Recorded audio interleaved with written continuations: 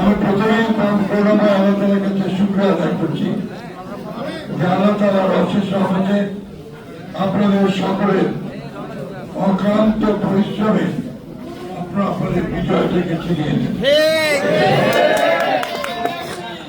শুধু এই আসনই নয়, ইনশাআল্লাহ আমরা আমাদের পাশের যে দুটো আসন 2 এবং 3 ইনশাআল্লাহ সে দুটো আমরা নিশ্চয়ই পেয়ে যাব। তারপরে এক আসনের আমার প্রিয় ভাই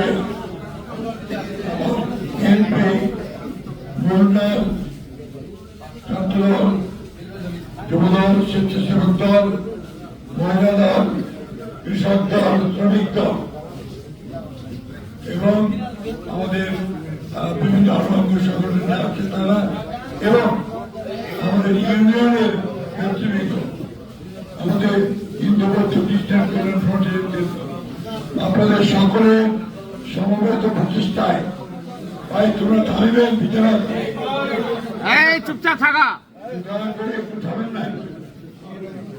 সকলের সমবেত প্রচেষ্টায় আমরা বিজয় অর্জন করি, কিন্তু এই বিজয়টা আরো সুদৃঢ় করতে হবে, আমাদের সংগঠনকে আরো শক্তিশালী করতে হবে যেন ভবিষ্যতে আমরা আরো বড় বিজয় অর্জন করতে পারি। কথা আজকে আমি খুব পরিষ্কার বলছি আপনাকে, আমরা কোন অপরাধমূলক কার্যকলাপকে বরদাস্ত করবো,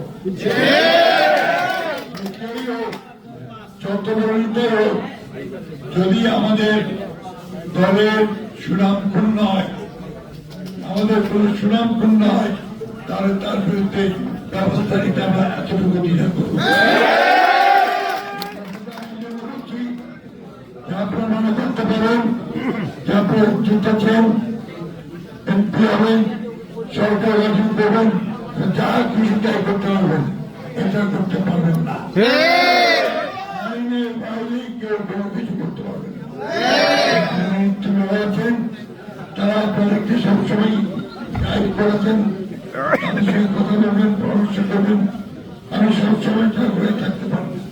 কিন্তু আমাদের নেতা আছে তো, তাদের সঙ্গে কথা বলে কাজ করবেন। আবার রিপিট করবো যে আমি আপনাদের কাছে চিরকৃতজ্ঞ এই জন্যই যে আপনারা ঠাকুরগাঁও সুনাম থেকে রক্ষা করেন।